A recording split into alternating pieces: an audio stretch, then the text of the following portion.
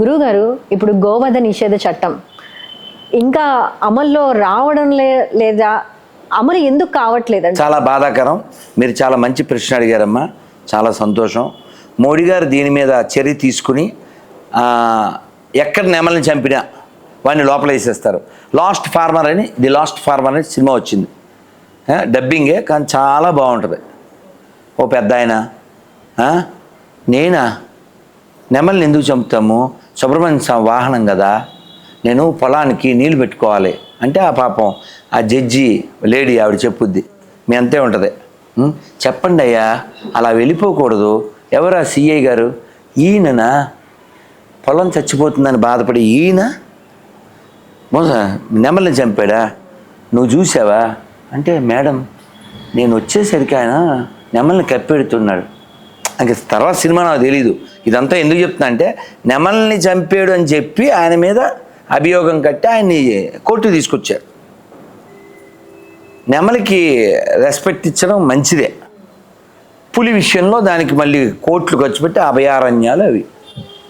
అసలు లోకానికి ఉపకారం చేసేది గోమాత, దాన్ని యథేచ్ఛగా పట్టుకుపోయి రోడ్ల మీద చంపేస్తే, పోనీ చంపినోడు ఓకే, వాడి జాతిని బట్టి వాడు ఫాలో అయ్యాడు, నీకు సిక్కేది వాడిని భయ్య అంటున్నావు. అది నా బాధ. ఇప్పుడు వాళ్ళే భయ్యాలు కాదు కదా, నీకెలా భయ్య అవుతాడు? మీకు తెలుసా? మీకు క్యాథలిక్ అని ఒకటి ఉంటుంది, పెంతికోస్త్ అని ఒకటి ఉంటుంది, సెవెంత్ డే అడ్వెంటిస్ట్ అని ఒకటి ఉంటుంది, తెలుసా మీకు? అంతా ఒకటి అనుకోకండి. ఇప్పుడు ఉదాహరణకి మీ ఇంట్లో భగవద్గీత ఉండొచ్చు, ఉన్నా కూడా భగవద్గీతలో ఎన్ని శ్లోకాలు మీరు చెప్పలేకపోవచ్చు. చెప్తారా? చెప్పలేకపోవచ్చు. కామన్ హిందూగా తెలియదు, ఎందుకంటే మనం చదవం కాబట్టి. చదివినా ఏదో ఒకటి రెండో శ్లోకాలు తెచ్చు కాబట్టి. ఒక క్రిస్టియన్కి బైబిల్ ఇంపార్టెంట్. అతను బైబిల్లో ఎన్ని చాప్టర్స్ ఉన్నాయి అని అడిగామనుకోండి, ఇప్పుడు నిలువు నామాలు పెట్టుకున్న నేను భగవద్గీతలో 701 శ్లోకాలు 18 అధ్యాయాలని చెప్తా.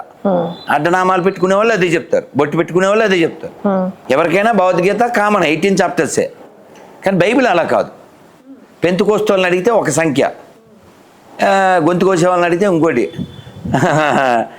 ఇంకా రకరకాలు ఉన్నాయి. వాళ్ళు ఒక్కొక్కరు ఒకటి 44 చెప్తాడు, ఒకటి 64, ఒకడు 82, ఒకటి 72 అలా చెప్తారు. ఎందుకని? ఎవడ వ్యాపారం ఆడిది. ఇంతెందుకు? మీరు ఏదన్నా పల్లెటూరు వెళ్ళండి, ఈ చర్చికి వెళ్ళాడు, ఆ చర్చికి వెళ్ళడు, ఆ చర్చికి వెళ్ళాడు, ఈ చర్చికి వెళ్ళాడు. మరి మనం అలా కాదుగా. వెంకటేశ్వర గుడికి వెళ్ళి పక్కనే శివాలయానికి వెళ్తాం, శివాలయానికి వెళ్ళి పక్కన రామాలయానికి వెళ్తాం, అవునే కదా? సమానత్వం ఎక్కడుంది? ఇంతెందుకు చెప్పు? మనం పోపు చచ్చిపోయాడా? పోపమ్మ, పోపు అంటే పెద్ద పాపి, పాపుల్లో పెద్ద పాపిని పోపు అంటారు. నేను అనలేదమ్మా. ఇప్పుడు మీ ఆక్యుపేషన్ ఏంటమ్మా? మా వృత్తి యాంకరింగ్ అండి. యాంకర్. మీ పేరు మర్చిపోయాను, Srividya. I forget your name. మొన్న ఒక యాంకర్ వచ్చారు కదా అన్నాను, తప్పేం లేదుగా? లేదు గురువుగారు. ఒక యాంకర్ అన్నాను, మిమ్మల్ని ఇన్సల్ట్ చేశానా? పేరు మర్చిపోవడం తప్పేం కాదు కదా. నాన్న మొన్న ఒక ఛానల్ వచ్చారు, ఓకే, 26 క్వశ్చన్లు 90 లక్షలు ఇస్తాం, ఇందులో 13 క్వశ్చన్స్కి ఆన్సర్ చెప్తే. ఓపెన్ ఛాలెంజ్ చేసి చాలా ఏళ్ళు అయిపోయింది. మరి వచ్చిందా సమాధానం ఏదన్నా? ఎలా అవుతుంది? ఇప్పుడు మీకు BMW కారు ఉంది, నేను అన్నాను, ఏం చెప్తారు మీరు? లేదుగా, ఉందన్నారు ఇంకోసారి చూద్దాం అంటాను, దొరికేస్తారు. అది సేమ్. ఓకే, అర్థమైందా? బిల్డప్ కోసం ఉంది అన్నారు అనుకో, నడవండి ఒకసారి ఎక్కి చూద్దాం అంటాను, ఎవరు తేవాలి? ఇప్పుడు సేమ్ వాళ్ళ పరిస్థితి. ఉదాహరణ చెప్పానమ్మా. లేనిది లేదని మీరు నిజాయితీ ఉంది కాబట్టి గురువుగారు లేదని చెప్పారు, అట్లా తెలివి. మరి గొర్రెలకి అది ఉండదు కాబట్టి మనం ఏం చేయలేం. గురూజీ గారు, సనాతన ధర్మాన్ని పరిరక్షించే బాధ్యత రాజకీయ నాయకుల మీద ఉందా, లేకపోతే మీలాంటి గురువు గారులు స్వామీజీల మీద ఉందంటారా? వాస్తవానికి పరస్పరం భావయంత అంటారు. అంటే ఏమిటమ్మా? ఒకరికొకరు. వేదం సంగచ్చధ్వం సంవదధ్వం అంటుంది, కలిసి చర్చిద్దాం, కలిసి నడుద్దాం అని చెప్తుంది. అంటే ప్రతిదీ సమ్యక్, కలిసి. సంకీర్తన అంటే కలిసి చేయు కీర్తన. ఆ ప్రతిదీ సహనావతు సహనౌ భునక్తు సహ వీర్యం కరవావహై తేజస్వినావధీతమస్తు మా విద్విషావహై. అవునా? అంత సకారంతో ఉంటుంది. అవునా? అవునా? మనది సకారం, ఎందుకని సాకారం ఉంటుంది. అవునమ్మా? ఈ ధర్మం రక్షించబడడం ఎవరి మీద ఉంటుందంటే, మీరు చెప్పినట్టు ఇద్దరి మీద ఉంది. మీకు ఉదాహరణ ఎవరు? రాముణ్ణి అడిగారు దశరథుడి దగ్గరికి వచ్చి. ఎవరు అడిగారు? విశ్వామిత్రుడు అడిగాడు. దేనికి? మఖం అంటే యజ్ఞం. ఎవరు చేస్తున్నారు? షడ్రాత్ర వ్రతము అంటారు. 6 రోజులు రాత్రిపూట యజ్ఞం అడవిలో. అక్కడ యజ్ఞం చేసేటప్పుడు వాళ్ళు వచ్చే మాంసం అది పోషిస్తున్నారు, రక్తం. ఎవరాళ్ళు? మారీచుడు, సుబాహుడు. రాముని పంపమని అడిగారు. ఎవరితో? దశరథుడితో. ఆయన కాళ్ళ మీద పడి ఏడ్చేసాడు. చిన్న పిల్లలండి, పసివాళ్ళు, వాళ్ళు లేకపోతే నేను ఎలా బతుకుతాను అని రాముని ఒక్కరిని అడిగాడు. నాకు లక్ష్మణ్ని అడగలేదు. ఆయన ఇంకా ఎంత మాట ఇచ్చి కూడా ఇంక నేను నా చెడ్డ పేరు వచ్చిన పర్లేదు, రాముని మాత్రం నేను వదలంటాడు. అంటే మరి విశ్వామిత్రుడు మామూలుగానే అగ్నిహోత్రం కదా, ఆయన కోపం వెంటనే వచ్చేస్తుంది. సరే నేనే ఇంతకుముందు మేము క్షత్రియులమే, విడిచిపెట్టిన విల్లంబులు బాణాలు మళ్ళీ పడతాను, నా యాగ సంరక్షణ నేనే చేసుకుంటాను అని గుమ్మం దాకా కోపంగా వెళ్ళిపోతాడు. వెళ్ళిపోతే ఈయన మళ్ళీ ఋషులకు ఆగ్రహం రాకూడదుగా, అందుకని మళ్ళీ కాళ్ళ మీద పడతాడు. సర్లేవయ్యా, పోనీ నా మాటను వింటలేదు, మీ కులగురు ఎవరు? వశిష్ఠుడు, ఆయన అడుగు అంటాడు. ఏమండి మరి ఇలా రాముడిని పంపమంటున్నాడు విశ్వామిత్రుడు వారు, పంపరని చెప్పామంటారా అంటాడు. ఈయనే క్వశ్చన్, ఈయనే ఆన్సర్. అంటే అఫెక్షన్ రాముడి పట్ల. అంటే ఆయన అంటాడు, విశ్వామిత్రుడు ఏదైనా సంకల్పం చేశాడంటే అది లోకక్షేమం కోసం, అందుకని నువ్వు మీ రాముడితో పాటు లక్ష్మణ్ కూడా పంపించన్నాడు. అప్పుడు వెళ్తారు. మీకు తెలుసు, ఇక్కడ ఋషుల యొక్క, గురువుల యొక్క, క్షత్రియుల యొక్క సమన్వయం ఉంటేనే ధర్మం రక్షించబడుతుంది. అది చెప్పేది ఇక్కడ. అర్థమైందా? రాజకీయ నాయకులు ఒక్క బాధ్యత కాదు. ఇప్పుడు కారు బ్యాక్ తీసేటప్పుడు రైట్ కొంచెం ఆగు, కొంచెం లెఫ్ట్ అని చెప్తుంటావా? ఎప్పుడన్నా ఎందుకు చెప్తాం? ఆ తోలేవాడికి వెనక్కి తీసేటప్పుడు తెలియాలిగా, లేదా దేనికో తగులుద్ది. అట్లా ఈ రైటు రాంగ్ చెప్పడానికి ఉండవలసిన వాళ్ళు గురువులు. అది రైట్గా చేయాల్సిన బాధ్యత ఎవరిది? ఈ పరిపాలించే వాళ్ళది కదా. అవునమ్మా? ఓకే. అది గురువుగారు, తిరుమలలో గోశాలల ఏర్పాటు దీని గురించి? తిరుమలలో గోశాల కాదు, కిందనే తిరుపతిలోనే గోశాలలు ఉన్నాయి ఆల్రెడీ. అయితే తిరుమల తిరుపతి దేవస్థానానికి మా డిమాండ్ ఏమిటంటే, చైర్మన్ గారితో చాలా చెప్పాం మేము కలిసినప్పుడు, మళ్ళీ చెప్తాము. అంటే 2 రాష్ట్రాల్లో ఎక్కడ రోడ్డు మీద ఎక్కడ ఆవు కనపడకూడదు. అన్ని ఆవులు రక్షించబడాలి, సంరక్షించబడాలి, పోషించబడాలి. అట్లీస్ట్ తిరుపతిలో ఎక్కడ రోడ్డు మీద ఆవు కనపడకూడదు, రక్షించబడాలి. టీటీడీ దగ్గర బోల్డ్ డబ్బులు ఉన్నాయి. హిందువుల యొక్క, భక్తుల యొక్క వేసిన డబ్బులు 100,000 కోట్లు ఉన్నాయి. కాబట్టి ఏ టీటీడీ ఉద్యోగి వాడి జేబులోంచి డబ్బులు తీరు, అంతా మన జేబుల్లోంచి వేసినవే వాళ్ళ జేబుల్లోకి వెళ్తుంటాయి. నవ్వేరేంటి? నిజమేగా చెప్పింది. ఎలా జీతాల రూపంలో అనేది మెన్షన్ చేయండి గురువు గారు. ఎందుకు చేయాలి? ఎక్కడి నుంచి వస్తున్నాయి? ఎవరు వేస్తే వస్తున్నాయి. ఇప్పుడు వాడెవడో జేఈఓ అంట, పేరు సుధాకర్ ఏదో, సుధాకర్ వాడి రాజశేఖర్ ఎవడో ఒకడో, వాడు జేఈఓ, వాడు గొర్రెలాగా చర్చిలో ప్రేయర్ చేస్తున్నాడు. వాడు డబ్బులు ఎక్కడి నుంచి కావాలి? వెంకటేశ్వర దగ్గర. ఉద్యోగం ఎక్కడ కావాలి? వెంకటేశ్వర దగ్గర. పేరు ఎక్కడ కావాలి? హిందువులు కావాలి. సర్టిఫికెట్లు ఏం కావాలి? కులం కావాలి, రిలీజియన్ ప్లేస్ దగ్గర హిందూ కావాలి. ఇవన్నీ ఇచ్చిన వాడు అక్కల్లా. తినేది ఇంటి మూడు సొమ్ము, పాడేది డాష్, ఓన్లీ ఫర్ క్యాష్. వాళ్ళు అవ్వాలి స్మాష్. అర్థమైందా? కాబట్టి ధర్మం రక్షించబడాలంటే సమన్వయంతో కూడిన వాళ్ళు కావాలి. ఇప్పుడు గురువు గారికి అన్నం పెట్టినా అది పెద్ద హ్యాపీయెస్ట్ థింగ్ కాదు. అది గురువుగారు చెప్పింది చేస్తాడే, అది హ్యాపీయెస్ట్ థింగ్. ఇప్పుడు రాములు వారు అక్కడ ఎంతోమంది విల్లు ఎక్కువ పెట్టలేక కింద పడ్డారు. రాముడు నేను వెళ్ళి ట్రై చేయనా అనలేదు. విశ్వామిత్రుడు చెప్పాడు, రామా వెళ్ళు నాయన. అప్పుడు వెళ్ళాడు.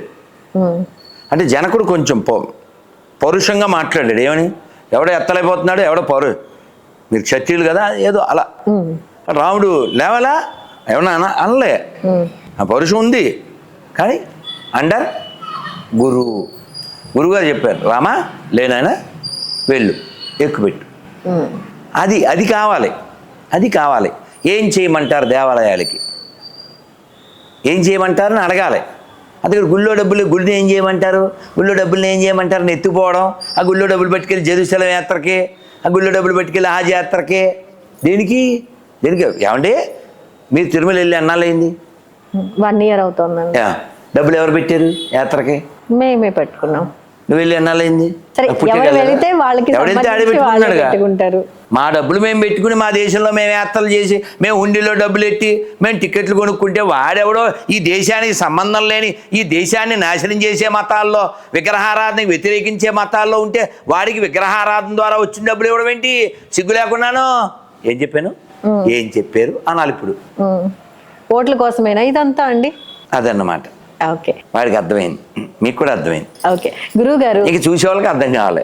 అమ్మ, పాఠ్యాంశాలలో ఈ రామాయణ మహాభారతాలను చేర్చడం కానివ్వండి, భగవద్గీత పారాయణం చేసే విధంగా కానీ ప్రోత్సహించాల్సిన అవసరం ఎంతైనా ఉంది అంటారా? పూర్వం ఉండేవి, రాను రాను రాజుగారి గుర్రం ఏదో అయింది, అందువలన అవి కొన్ని తొలగించింది. ఇప్పుడు మళ్ళీ మనం అప్గ్రేడ్ అవ్వచ్చు, అయితే మంచిది కదమ్మా. ఇప్పుడు రాముడి దగ్గర నుంచి ఒక అన్నయ్య ఎలా ఉండాలో నేర్చుకోవచ్చు, ఒక రాజు ఎలా ఉండాలో నేర్చుకోవచ్చు, ఒక స్నేహితుడు ఎలా ఉండాలో నేర్చుకోవచ్చు కదా. కాబట్టి రామాయణం, భగవద్గీత, భాగవతం వీటి వలన సొసైటీలో క్రైమ్ తగ్గుతుంది కదా. ఎడారి మతంలో క్రైమ్ పెరుగుతుంది. లండన్ ఈజ్ లాస్ట్ తెలుసా మీకు? పెంటకుప్ప అయిపోయింది ఇప్పుడు తెలుసా. ఇప్పుడు అమెరికా కూడా. సో ఎక్కడ పందుల గుంపు పెరిగితే అక్కడ ఇంకా ఏముండదు. కాబట్టి శివుడు ఎదురుగా ఉన్నది ఎవరు? నందీశ్వరుడు. నంది ఉంటే వ్యవసాయం కదా, ఆవు ఉంటే పాలు, పాడి పంట. ఓ పాత సినిమాలో పాట, పల్లెటూరు మన భాగ్యసీమరా పాడి పంటలకు కొదవలేదురా కదా, పాడి పంట. ఇప్పుడు మనం ప్యాకెట్ పాలు ప్యాకెట్ పెరుగు వాడేస్తున్నాం. అది పెరుగు అని చెప్పడానికి ఉందా? అవి పాలు అని చెప్పడానికి ఉందా? రోజు ఇన్ని వేల ఆవుల్ని చంపేసి నీకు పాలు ఎక్కడి నుంచి వస్తున్నాయి కదా. అంటే నిన్ను ఎవరు నాశనం చేస్తున్నారు? నువ్వే కదా, అవునా కదా. కాబట్టి ఒట్టిపోయిన ఆవును కూడా కాపాడుకుంటే భూమి బాగుంటుంది. జగ్గి వాసుదేవ్ బైక్ కిరాయిలు చేశారు కదా చాలా దేశాలు, 3000 కిలోమీటర్లు, మోర్ దెన్ దట్. అవునా? దేనికి చేశారు? భూతాపం తగ్గించడానికి. భూతాపం పెరగడానికి కారణం ఏంటి? కౌకిల్లింగ్. అలాగే ఏమంటారు, ఈ ఫెర్టిలైజ్ ఎక్కువ వాడేయడం. కాబట్టి మన మీద మనకి ప్రేమ ఉండాలి. మన మీద మనకి ప్రేమ ఉంటే ఆవును ప్రేమిస్తావు, లేకపోతే చావును ప్రేమిస్తావు. ఇప్పుడు జరుగుతున్న సంఘటనలు చూస్తుంటే విధ్వంసకరమైన సంఘటనలు, కలియుగం అంతానికి రెడీ అవుతుంది అనుకోవచ్చు. అబ్బే బలేవారు, ఇది పావలా కూడా కాదమ్మా, మీరు బలేవారు తెలుసా. భాగవతంలో మన పురాణాల్లో చెప్పబడింది ఇది కలియుగే ప్రథమ పాదే జంబూద్వీపే భరతవర్షే భరతఖండే. ఇలా చదువుతావా? ప్రథమ పాదం ఇది, ఇంకా 3 పాదాలు ఉంది. ఇప్పుడు అయింది ఓన్లీ 5000, ఇంకా 4,27,000 సంవత్సరాలు ఉంది. ఆ చివరి ఎలా ఉంటుందో శాంపిల్స్ కొన్ని చెప్పారు మన పురాణాల్లో. అప్పుడు హైయెస్ట్ ఎత్తు అంటే 3 అంగుళాలు ఉంటాడు. అదేందా మామూలు మొక్కలకి వాడు నిచ్చెన వేసుకుని ఎక్కాలి. అందుకే మేము రాత్రి హారతి ఇచ్చేటప్పుడు ఒక కీర్తన పాడతా. నిందతి యజ్ఞ విదేరః ప్రభజాతం సదయ హృదయ దర్శిత పశుఘాతం కేశవదూత బుద్ధ శరీర జయ జగదీశ హరే. ఆ 10వది వచ్చి కలికి గురించి. కలికి ఎలా వస్తాడు అంటే, ఆయన ఒక అశ్వం మీద వస్తాడు, ఒక ఖడ్గం పట్టుకొని వస్తాడు. ఎవరైతే నాకేమిటో మనస్సు వామనుడి మీద ఇక్కడ ఆగింది, ఆ 10వది గుర్తు రావాలని చూస్తున్నాను నేను. చలయసి విక్రమనే బలి అద్భుత వామన. 10వది ధూమకేతుమివ కిమపి కరాళం అంటారు. కరాళం అంటే కత్తి పట్టుకుని వస్తాడు. ఎక్కడ పుడతాడు? శంబల అనే గ్రామంలో పుడతాడు. ఈ కల్కి భగవానుడు వచ్చే సమయానికి అసలు హ్యుమానిటీ ఉండదు. అక్కడ హయ్యెస్ట్ టేస్టీ ఫుడ్ ఏంటంటే ఫెటస్ ఆఫ్ ఎ మదర్. అమ్మ కడుపులో ఉన్న శిశువు పిండం చాలా టేస్టీ ఫుడ్ అంట. అలాంటి లో ప్రొఫైల్కి వచ్చేస్తారు. అప్పుడు హ్యూమన్ ఫెటస్, కానీ ఇప్పుడు ఆల్రెడీ అప్గ్రేడెడ్ ఉన్నారు. గర్భంతో ఉన్న ఆవు కడుపులో ఉన్న పిండాన్ని చంపి వండుకు తినేస్తున్నారు. అది వీడియోలు కూడా పెడుతున్నారు. సో ఇలాంటి దిగజారిన వాళ్ళు ఇంకా పెరుగుతారు. అది కలియుగాంతం, ఇప్పుడే కాదు. హలో, తెలుగు రాజ్యం ఛానల్ చూస్తున్నారా? సామాజిక రాజకీయ జీవన చిత్రణే తెలుగు రాజ్యం. అతిశయోక్తులు అసత్యాలు ఉండవు. రాజకీయ కోణం కాదు, ప్రజా కోణమే కొలబద్ద. తెలుగు రాజ్యం వీక్షణ మీ ఉత్తమ అభిరుచికి నిదర్శనం.